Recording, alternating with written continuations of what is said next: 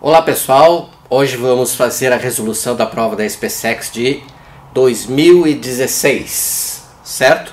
Então vamos lá, primeira questão, né? Essa primeira questão aqui é uma questão de óptica geométrica, né? Lida com dois fenômenos, que é a reflexão e a refração, né? Então diz o seguinte: um raio de luz monocromática propagando-se no ar incide no ponto O, superfície de um espelho plano e horizontal, formando um ângulo de 30 graus com sua superfície. Após ser refletido no ponto A desse espelho, o raio incide na superfície plana e horizontal de um líquido, né, e sofre a refração, ou seja, a mudança de direção, conforme o desenho. Sabendo que o índice de refração do ar é 1, o índice de refração do líquido é. Então ele quer saber o índice de refração do líquido, né? Então a gente tem que saber esses, né? A gente vai aplicar então a lei de Snell-Descartes, né? E nessa lei está envolvido o índice de refração do meio ar, do meio líquido e os ângulos de incidência e o ângulo de refração. Então nesse caso aqui eu terei então, né, 60 graus, portanto aqui também terei 60 graus e aqui então terei 60 graus, certo? Então tendo isso, né, e o índice de refração do ar fica muito fácil, porque, né, observando aqui a lei de Snell-Descartes, né, temos então, né, o índice de refração do ar vezes o seno do ângulo do ar. Nesse caso aqui é o ângulo de incidência, 60 graus, o N do líquido, o índice de refração do líquido, e o seno do ângulo do líquido, que eu coloquei aqui. Nesse caso aqui, 60 e 30 graus, né?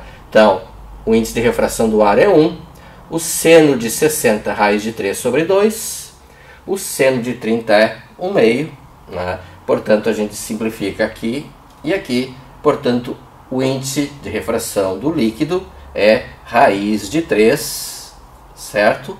Portanto, a resposta é a letra C de Canadá, certo, pessoal? Então, um probleminha bem simples, utilização direta da lei Snell-Descartes, certo? Vamos para a próxima.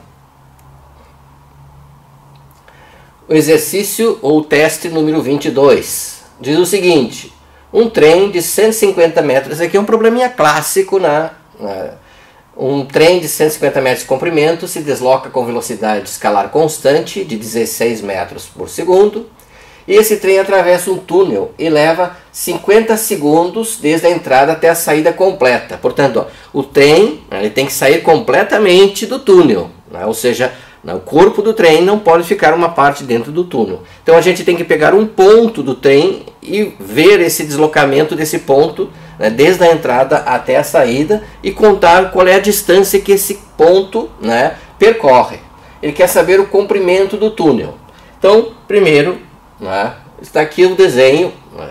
Então o trem tem 150 metros, o túnel, não sei, chamei de D, e obviamente o trem novamente 150 metros, né? Se eu pegar um ponto do trem, nesse caso aqui, ó, o ponto P fica aqui na frente do trem, eu vou observar que quando esse ponto P chegar aqui, ó, né, significa que o trem ainda não atravessou o túnel, né? Então, para atravessar o túnel tem que sair todo o corpo, né, do trem. Portanto, quando o ponto chegar neste aqui, nesta posição, o corpo do trem saiu totalmente. E o trem, seu comprimento é 150, portanto, a distância percorrida, né, pelo trem vai ser a distância do túnel, ou o comprimento do túnel, mais o comprimento do próprio trem, né? Então, a distância percorrida, o meu ΔS, vai ser então D mais 150, né?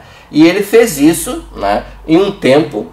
Então meu ΔT vai ser então de 30. Deixa eu ver.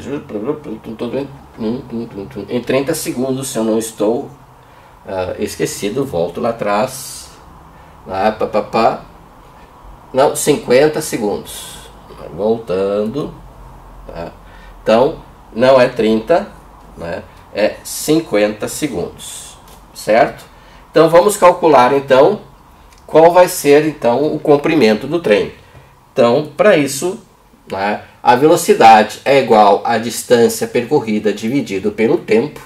A distância percorrida é de 16 metros por segundo. A distância percorrida pelaquele ponto P lá é d, comprimento do túnel, mais o próprio comprimento do trem, e o tempo de 50 segundos. Né? Então, para calcular o valor de d, eu tenho que isolá-lo. Então, 50 que está dividindo passa multiplicando, vai dar 800, e os 150 que está somando passa para o outro lado subtraindo. Então, vai ficar 800 menos 150, portanto, o comprimento do túnel é de 650 metros. Portanto, a resposta é a alternativa B de Brasil. Certo? Vamos passar para o próximo.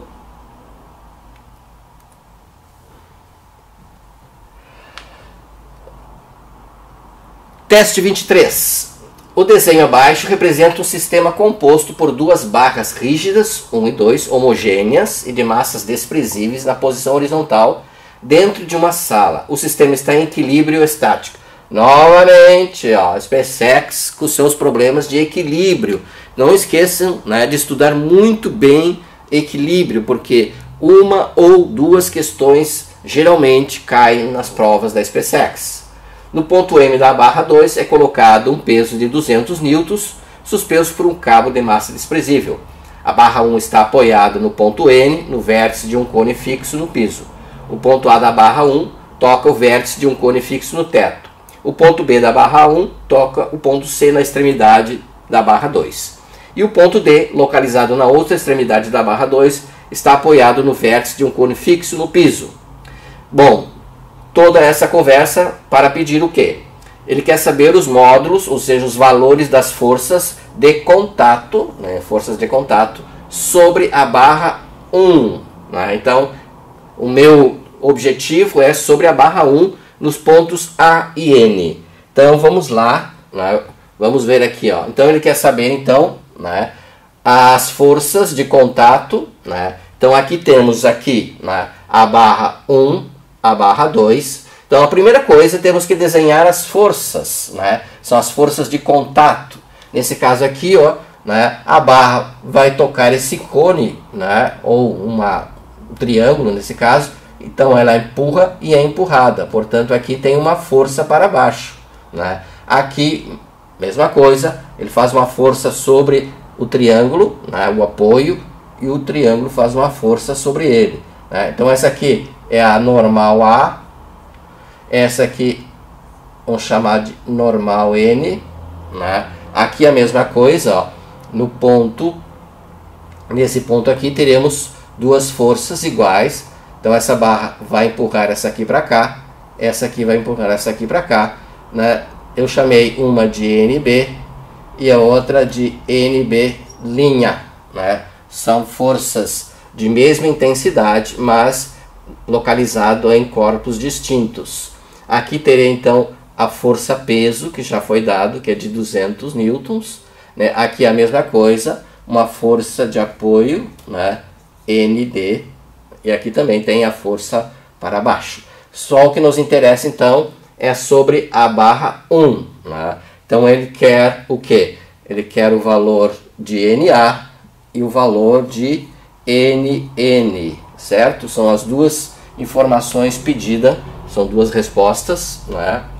Então aqui, representando as forças e as distâncias em relação, né? Aqui a gente observa que temos duas barras, né? Portanto, vamos considerar dois pontos de apoios distintos, né? Então, o primeiro ponto de apoio que eu escolhi, né, ou o polo, é este aqui, né? E o outro, este aqui, certo? Então, para a barra 1, escolhi o ponto N, né? E para a barra 2, escolhi o ponto D. Né? Portanto, então, depois de desenhada as forças, devemos aplicar as condições de equilíbrio, que são duas condições de equilíbrio estático. Né? O equilíbrio estático, uma, e equilíbrio dinâmico são duas. Né? Ou seja, ele não pode também rotacionar. Né? Então, o equilíbrio, a soma das forças então, né, tem que ser igual a zero, ou seja, na direção x e y, e também a soma dos momentos em relação a um determinado ponto tem que dar 0. Então essas são as duas condições para que eu tenha um equilíbrio, né? Então vamos aplicar essas duas condições, né, nesta situação aqui. Então vamos lá para ver como é que foi feito. Então aqui foi feito, né, o desenho representando as forças, né? E aqui então eu apliquei a condição de equilíbrio, né, para a barra 2 e para a barra 1, né? Então nesse caso aqui, posso começar por qualquer uma delas. Então para a barra 2, né? Para a barra 2, então as forças que nós temos aqui, né? Aqui eu não desenhei, mas aqui está o peso, ó, né? Então nesse caso aqui o peso, né, vai tentar fazer com que essa barra, a 2, faça esse giro aqui, ó, né? Ele vai tentar fazer esse giro aqui, ó. E a força, né, NB vai fazer com que ela faça este giro aqui, ó, né? A força, né, como eu escolhi esse ponto aqui, a força ND não gera torque ou não gera momento. Então as duas forças que vão gerar torque são as forças NB e a força P, né? Então apliquei a condição, né, para o ponto, né, de apoio, ponto D está aqui, ó. Então vai ser a força, né, o braço de alavanca e o seno entre a força e o braço de alavanca, né? Todos eles são ortogonais, portanto todos de 90 graus. Então o peso, né, o braço da alavanca é de 3 metros, ou seja, do peso, ó, a distância do peso até o ponto de apoio é 3 metros. Muito bem, o seno de 90 é 1, o NB eu não sei, a distância, né, do NB até o apoio, né, é de 4 metros, é daqui até aqui, ó, então 1 mais 3, 4 metros, seno de 90 é 1, daqui, né, 200 vezes 3, 600, dividido por 4, 150. Portanto, tanto a força NB quanto a força N'B, eles possuem então a intensidade de 150 newtons. Então para a barra 1, então a barra 1 agora o ponto de apoio fica aqui, né? Então tem aqui as duas forças, né?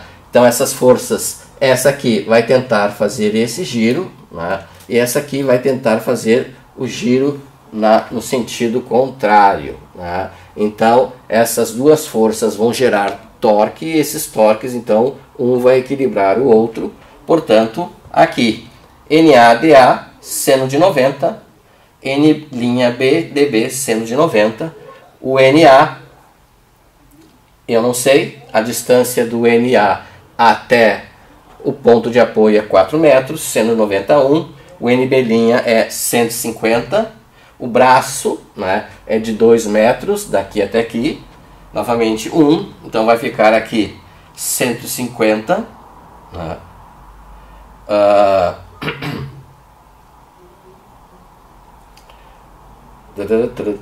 Já fiz aqui, simplificando aqui, dá 2, passa para cá dividindo, 150 dividido por 2 dá 75, certo?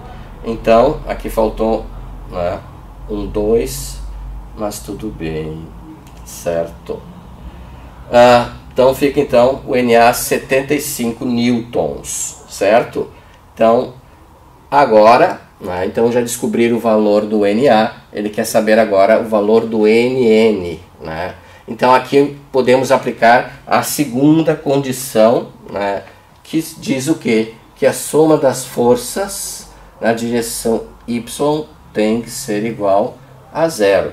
Então se vocês observarem aqui, ó, eu tenho forças para cima, ANN, e duas forças para baixo, NA e N'B, né? Então aqui, ó, o NA que vale 75, o N'B que vale igual ao NB, então fica 150 mais 75. Então o NN é 225 e o NA 75, né? Então isso dá como resposta a alternativa D, 75 e 225.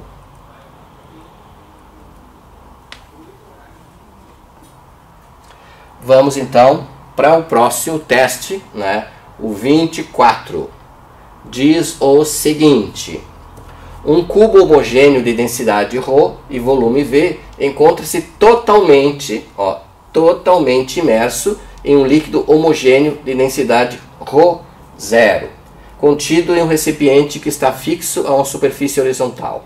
Uma mola ideal de volume desprezível e constante elástica K tem uma de suas extremidades presa ao centro geométrico da superfície inferior do cubo e a outra extremidade presa ao fundo do recipiente, de modo que ela fique posicionada verticalmente.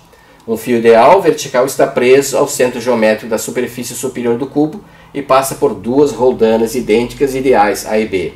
A roldana A é móvel, roldana móvel, e a roldana B é fixa. Então aqui teremos aqui um ganho em função dessa roldana móvel.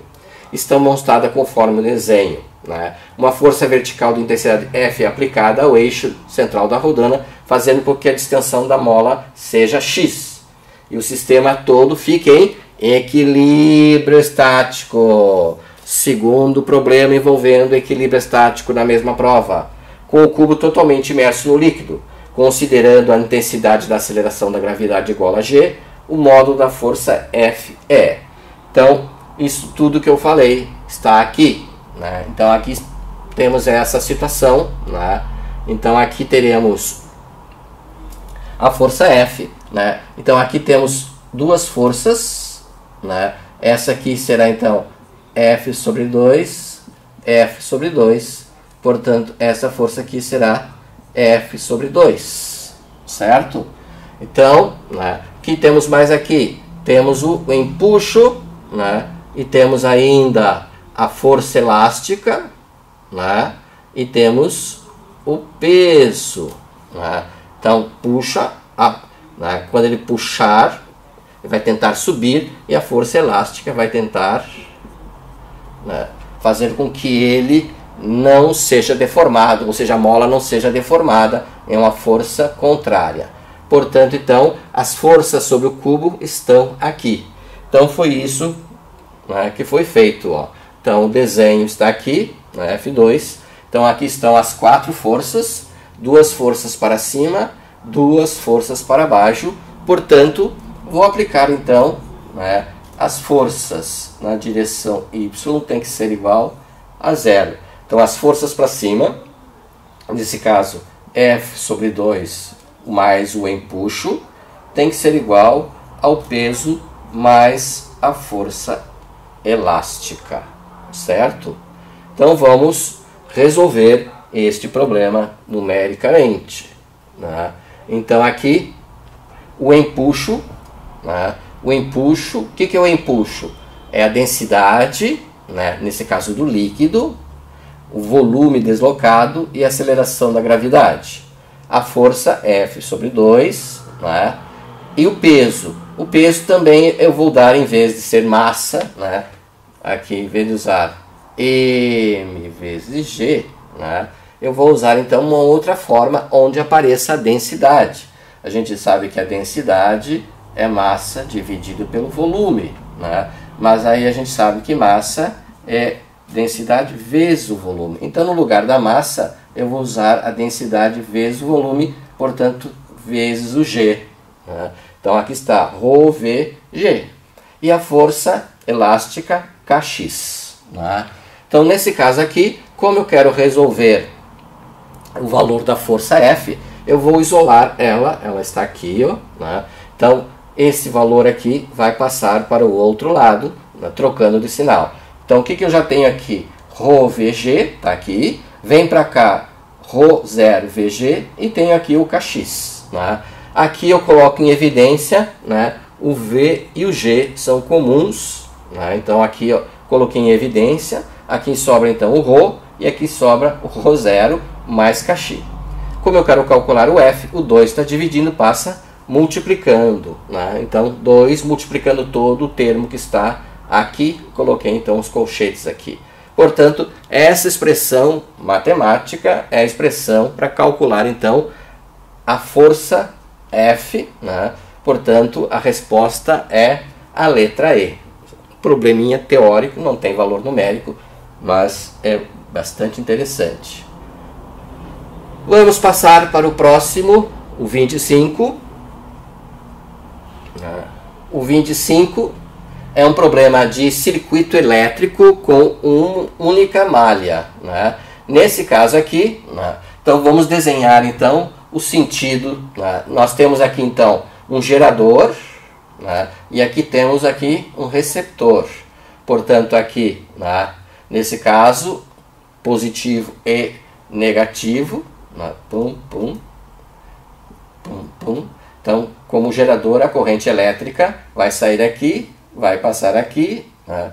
Aqui e aqui, né? Ele quer saber então qual a potência elétrica dissipada no resistor de 4 ohms. Qual é a potência? Para saber a potência, eu preciso saber a corrente elétrica nesse circuito de uma única malha, né? Então não preciso usar as leis de Kirchhoff, né? As leis de Kirchhoff eu vou usar quando eu tiver um circuito de 2 malhas. Quando eu tiver um circuito de apenas uma malha, eu vou usar a lei de Poulet, né? O que diz a lei de Poulet? Que a corrente elétrica, né, vai ser então a razão entre a soma dos geradores menos a soma dos receptores dividido pela resistência equivalente, né? Então aqui temos um gerador, um receptor e resistores, então eu vou calcular a corrente muito barbada, olha lá. Então 8 volts menos 6 volts, 4 mais 3 mais 3, 10, 2 dividido por 10, 0,2 amperes. E para calcular então a potência neste resistor, eu vou usar, né, a expressão P igual RI ao quadrado, porque são as duas grandezas envolvidas. Então 4, 0,2 ao quadrado, isso vai dar então uma potência de 16 watts. Portanto, a resposta é a letra A de Argentina. Olá pessoal, vamos então agora para a próxima questão, a 26. Diz o seguinte: um cubo de massa de 4 kg está inicialmente em repouso, então velocidade inicial 0, numa superfície sem atrito, horizontal.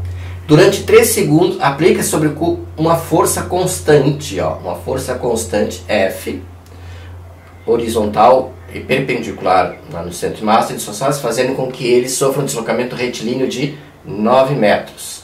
Nesse intervalo de tempo, conforme é representado no desenho abaixo, no final do intervalo de tempo de 3 segundos, os módulos do impulso da força F e da quantidade de movimento do cubo são respectivamente.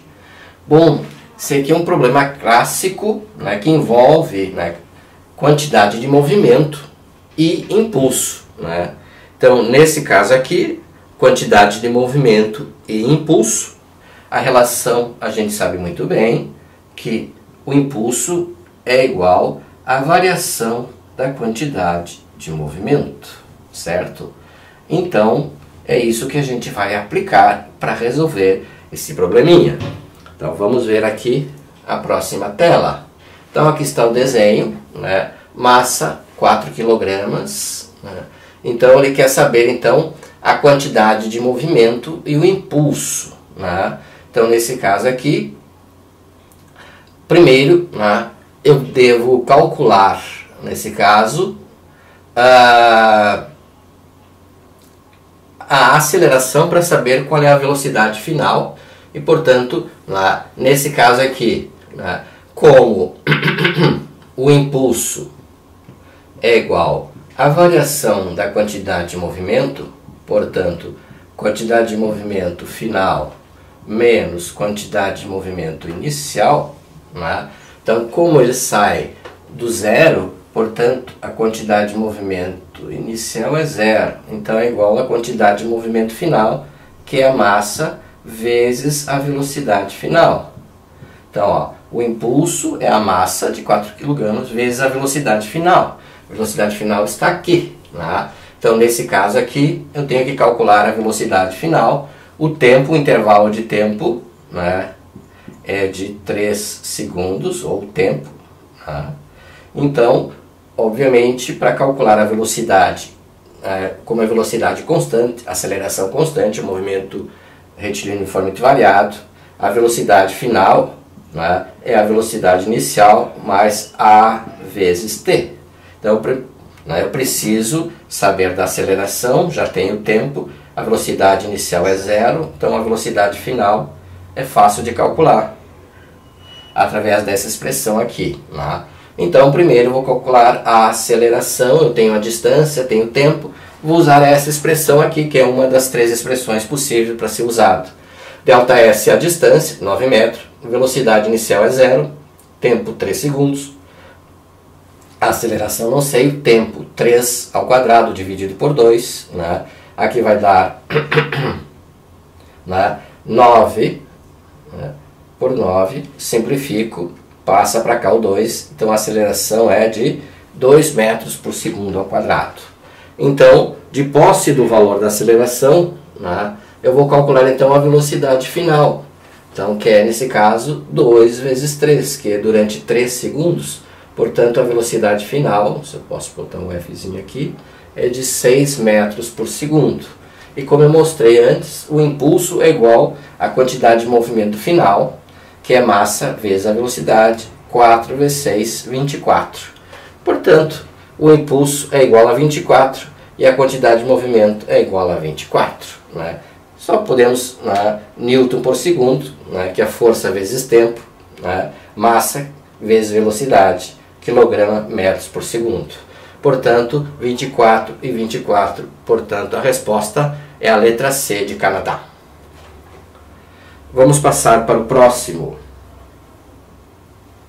27. É um problema de eletromagnetismo que envolve fios percorridos por correntes elétricas, né, e uma espira circular percorrido por uma corrente elétrica. Né? Então o problema diz o seguinte: 2 fios retilíneos muito longos e paralelos entre si são percorridos por 2 correntes elétricas, I1 e 2, de sentidos opostos. Né? E tem uma espira aqui, ó, de raio R, é colocada entre os dois, percorrido por uma corrente I. Ele não diz qual é o sentido, né, que a corrente I vai circular nessa espira, se é o sentido horário ou anti-horário. Isso aí devemos escolher, né, conforme a situação do problema.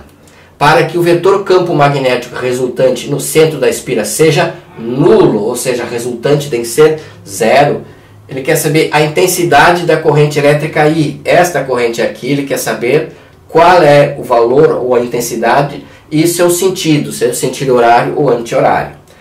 Certo? Então, primeiro, o que temos que fazer? Né? Vamos estabelecer, então, no centro da espira, justamente aqui, né, a formação dos 2 campos. Então, nesse caso, a gente sabe muito bem que fio percorrido por uma corrente vai gerar, né, ao seu redor um campo de forma circular, né, em que na parte direita, né, usando então a regra da mão direita, né, na parte à direita do fio ele está entrando, ou seja, o campo é assim. E na parte à esquerda o campo está saindo. Né? Então a gente usa símbolos para dizer quando o campo está entrando na página ou saindo.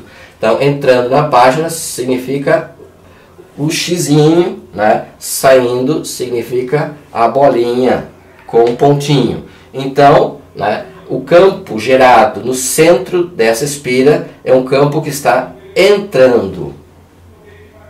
Né? Então, nesse caso aqui, vamos fazer a mesma coisa agora para o fio 2. Ó, então, o campo aqui. Ó, né? Então, à direita dele, né, como agora o sentido da corrente é para baixo, né, então o campo vai ser assim, ó, né? Então, à esquerda dele, né, o campo está entrando, né, e à direita ele está saindo. Ó. Então, aqui ele está entrando e aqui está saindo. Aqui, então, seria esta aqui. Ó. Portanto, né, no centro da espira, eu terei 2 campos, né, ó, 2 campos entrando na página. Vou colocar assim, o campo B1 e o campo B2. Portanto, para que isso seja neutralizado, eu preciso de um campo no sentido oposto. Né? O campo da espira, vou botar assim, a BE, né, tem que estar no sentido oposto, mesma direção e sentido oposto. Ou seja, ele tem que estar saindo, ó, saindo da página. Bom, para que isso aconteça, ó, regra da mão direita, ó, a corrente elétrica tem que ter esse sentido aqui. Ó. né, ela tem que girar assim para gerar um campo saindo, ó, né? Então aqui eu tenho, ó, dois campos entrando e aqui eu tenho que ter um campo oposto saindo, ó. Então tenho dois campos entrando na página e um campo saindo. Para que esse campo saia é necessário que a corrente elétrica percorra essa espira no sentido anti-horário. Então já tenho a resposta do seu sentido. O sentido tem que ser anti-horário. Então agora eu tenho que calcular qual é o valor dessa corrente, né? Então eu sei que o campo BE é igual ao campo B1 mais o campo B2, certo? Os campos têm mesma direção, mas são opostos. Portanto, vamos ver na próxima tela, né? Aqui, né, a explicaçãozinha básica, né? Então tem uma explicação aqui sobre, né, como calcular o campo no fio, a formulazinha é aquela ali, né?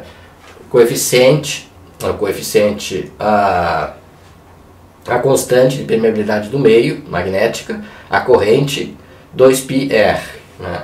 Então foi isso que foi feito. Então aqui está, ó, os dois campos, a distância é de 3r.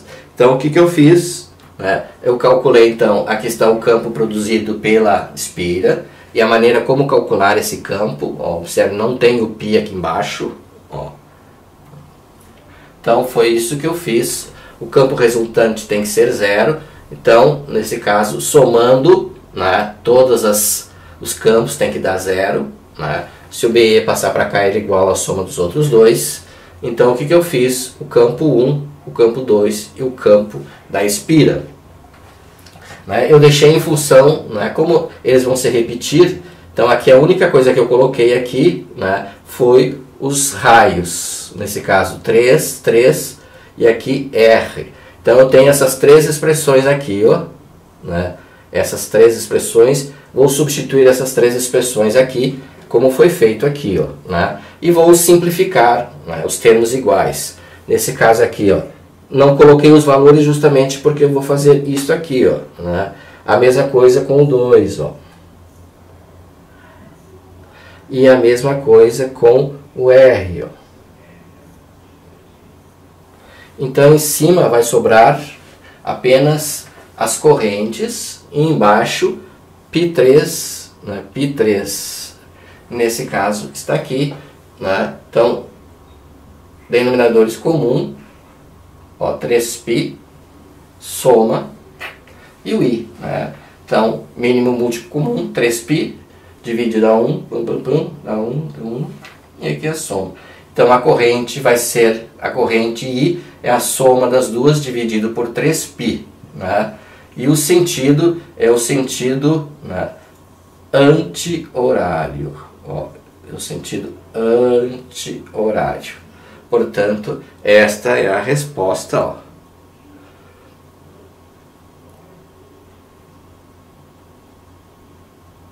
Olha lá, I1 mais I2 é anti-horário. Alternativa letra E, Equador.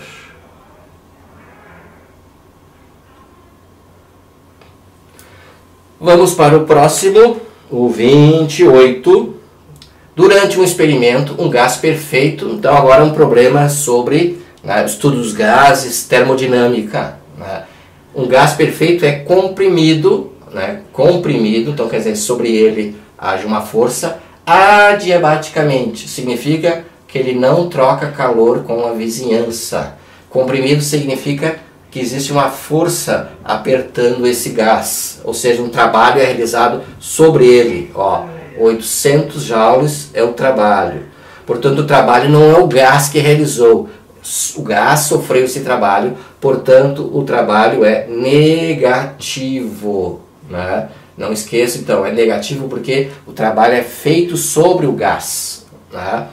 Em relação ao gás, ao final do processo, ele quer saber se o volume alterou-se, alterou-se sim, se diminuiu ou aumentou, a temperatura também e a pressão, né? Então, para ilustrar aqui, né, eu coloquei a curva diabática, né, de uma compressão.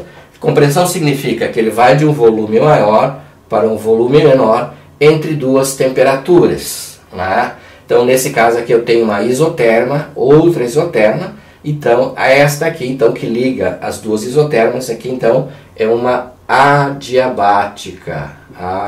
Adiabática. Então, essa aqui é uma adiabática, né?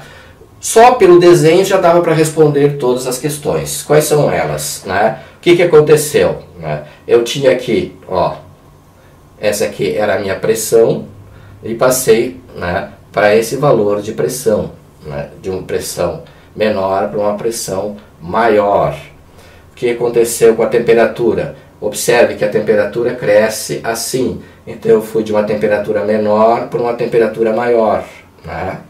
E o trabalho é negativo. Mas usando então, aplicando a primeira lei da termodinâmica que está aqui, ó, então como a transformação adiabática é zero, o trabalho é negativo, né? Então o ΔU, que é a variação, não esqueço que a variação da energia interna está relacionado com a variação de temperatura, né? Se eu tenho uma variação de energia interna positiva, significa que eu tenho uma variação de temperatura também positiva. É isso que aconteceu. O menos 800 passa para o outro lado, passa a ser 800 joules. Então a variação é positiva, a variação de temperatura também é positiva. Variação significa TF menos TI, TF é maior que TI, portanto aumentou a temperatura, né? Nesse caso aqui, como o trabalho foi negativo, ou seja, ele não se expandiu, ele se contraiu, então o volume diminuiu, né? E nesse caso aqui, e a pressão, né?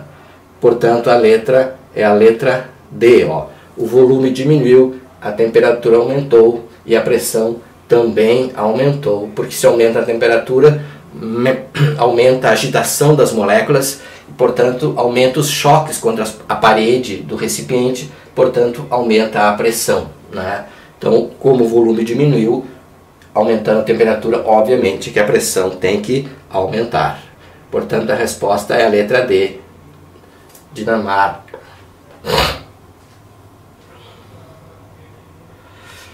Vamos lá, questão 29, né?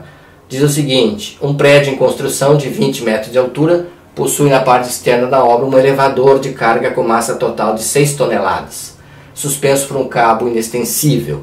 O elevador se desloca com velocidade constante, significa que a força resultante, né? Então, significa que a força resultante é zero. Significa o quê? Né? Aqui temos a força peso, a força do motor, ó, tem que ser igual à força peso, né? Então, desprezando as forças dissipativas e atrito, considerando a intensidade e aceleração da gravidade igual a 10, podemos afirmar que a potência média útil desenvolvida por esse elevador foi, né? Então, nesse caso aqui, vamos calcular então, né, a energia. Qual é a energia? A energia de levantar esse objeto, né? Então, o trabalho de levantar esse objeto é a energia potencial gravitacional, né? Então, nesse caso aqui, M vezes G vezes H seria então a energia, né, potencial gravitacional. Essa energia que eu tenho que fazer, né, para levantar esse objeto, né? Então está aqui, ó. Então a potência, né, é o trabalho. O trabalho o quê? De levar esse objeto. Então calculei o trabalho antes, né, que é aqui, ó, peso vezes altura, ou seja, mgh, né? Então o peso eu calculei antes, deu 6 vezes 10 na 4, multiplicado por 20, né? Então nesse caso aqui vai dar 12 vezes 10 na 5, né? E ele fez isto, ou seja, ele levantou esse objeto num período de 10 segundos. Portanto, então, 10 na 5 dividido por 10, ó, simplifica aqui, sobra 4, né? Ele quer em quilo, então aqui tem que aparecer 3, então tem que diminuir aqui, ó, né? E tem que aumentar aqui. Então vai ficar 120, 10 na 3. 10 na 3 quer dizer quilo, né? Então, nesse caso, fica 120 kW. Portanto, esta é a potência necessária para elevar esse objeto, né? Que atua contra a força da gravidade, né? Como a força resultante é zero, então as duas forças, a força do motor para elevar e o peso é igual, por isso que eu usei então o peso para calcular então o trabalho de se elevar esse objeto, certo? Porque é um trabalho contra o peso. Alternativa letra A, Argentina.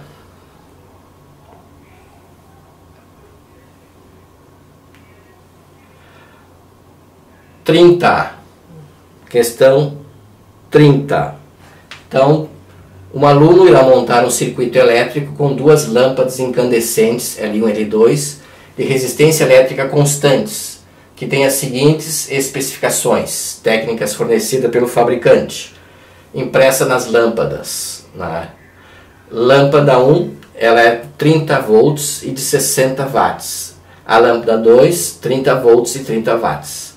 As duas lâmpadas, ele também usará um gerador ideal de tensão elétrica de 60 volts, um resistor ômico de 30 ohms e fio condutores elétricos ideais. Usando todo esse material aqui, a configuração da montagem do circuito elétrico para que as lâmpadas funcionem corretamente com os valores especificados pelo fabricante. Então, o que vai me dar? Ele vai me dar 5 circuitos, onde estão posicionadas as lâmpadas, e eu teria que escolher um desses circuitos, para que seja o circuito em que as lâmpadas funcionarão de acordo com as suas características. Então, o que eu fiz? Eu peguei cada uma das lâmpadas e calculei, a partir dos valores dados, por exemplo, a sua resistência e a corrente elétrica que vai passar por ela. Então, a corrente elétrica que vai passar pelo resistor 1 tem que ser de 2 amperes. Se não for, então não vai ser o circuito adequado. Para esta corrente 1, eu calculei então qual é a resistência da lâmpada 1, que é uma lâmpada tipo incandescente. Então, 15 ohms. Usei aquele Curie, ou seja, a primeira lei de Ohm. Então, usei a primeira lei de Ohm, o Curie, portanto, o I passa dividindo. Como eu calculei a corrente aqui, coloquei aqui. Fiz a mesma coisa para a lâmpada 2. Para a lâmpada 2, tem que passar então 1 ampere, e na lâmpada 2 tem que ser uma resistência de 3 ohms. E além do mais, ele é alimentado por um circuito, o circuito é alimentado por um gerador de 60 volts.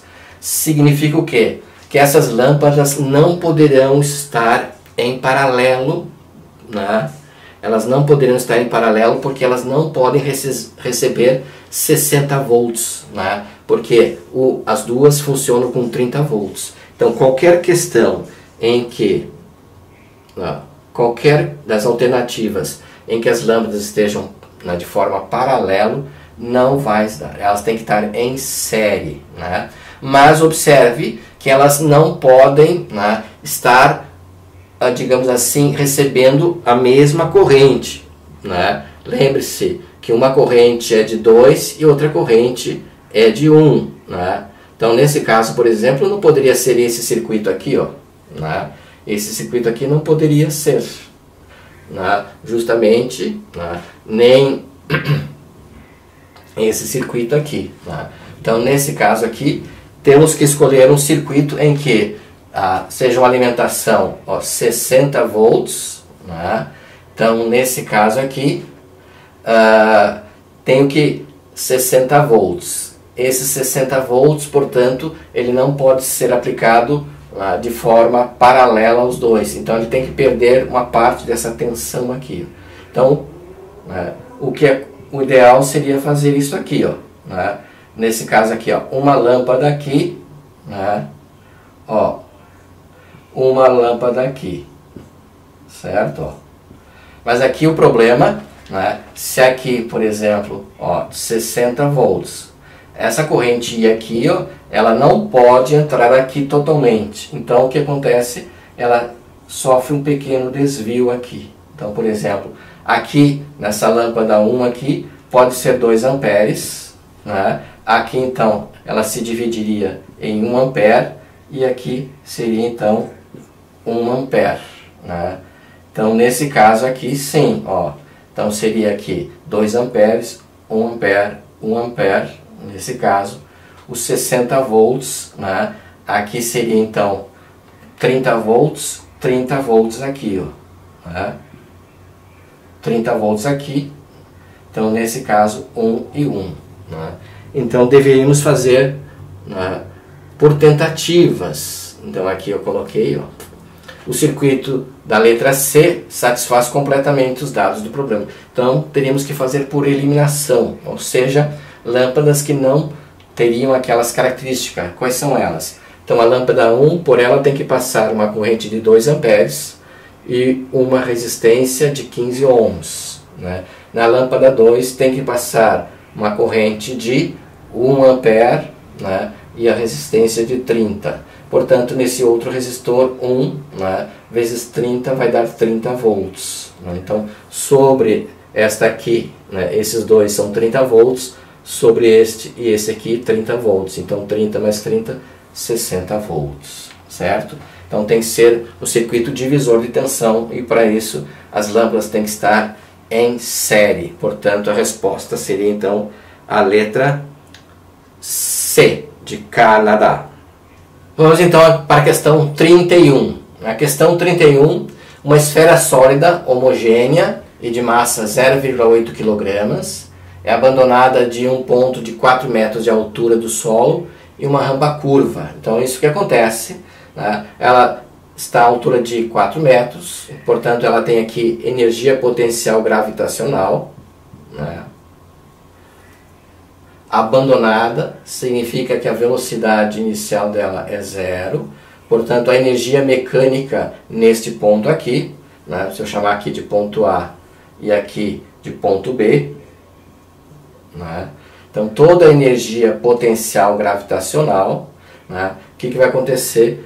Esta esferinha ela vai descer, né, com uma certa velocidade, ela vai chegar aqui, né, e vai fazer com que essa molinha, né, seja comprimida, ó. Então essa bolinha seja comprimida de uma certa distância, né, x, né, uma certa deformação aqui, tá? Então ele quer saber, desprezando as forças dissipativas, né, que a esfera apenas desliza e não rola, é outra coisa, porque aí ela tem energia de rotação também, não é só de translação. Portanto, tem um problema mais complexo. Ele quer saber a máxima deformação sofrida pela mola. Então, transforma a energia potencial gravitacional, transforma, né, para a energia cinética e depois para a energia potencial elástica. Então, toda esta energia potencial gravitacional vai se transformar em energia potencial elástica. Então, a energia mecânica aqui é a energia potencial gravitacional. A energia mecânica que eu tenho aqui é energia potencial elástica. Então, olha aqui, né, está o probleminha. Então, a velocidade final e inicial são 0.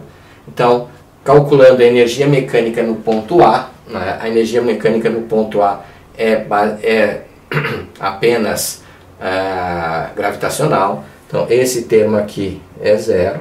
Né? Então, eu só tenho este aqui, o mgh, que está aqui, ó.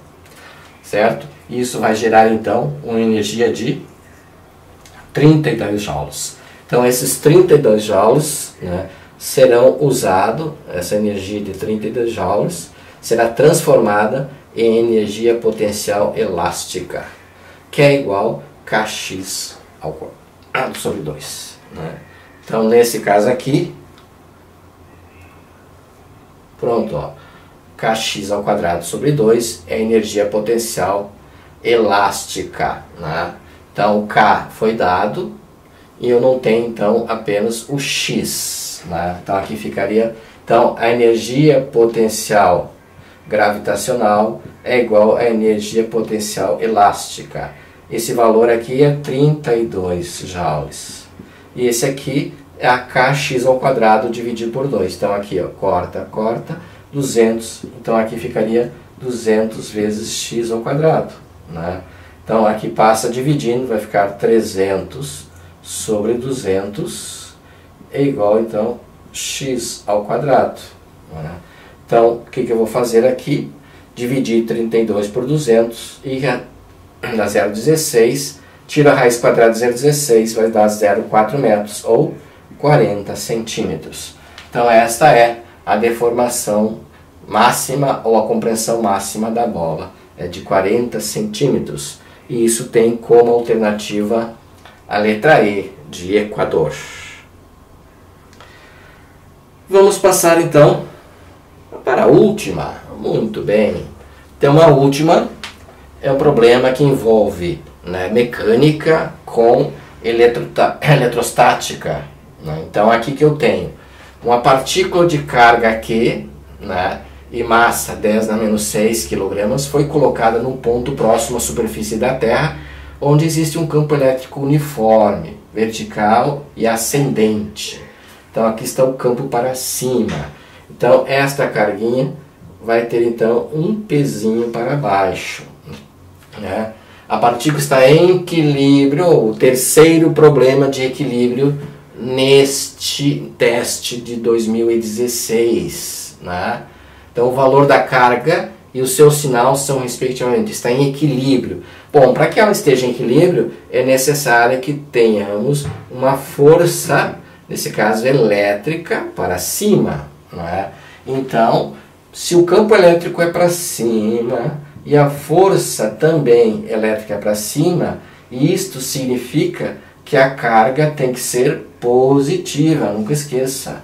Se a carga é positiva, né, os campos, ou melhor, o campo e a força elétrica têm a mesma direção e o mesmo sentido. Se a carga for negativa, o campo e a força terão sentidos opostos. Então, a carga aqui tem que ser positiva. Né? Então, eu já posso cortar aqui, ó, negativa, negativa e negativa. Só duas, ou ele é 10 na menos 5 ou 10 na menos 4.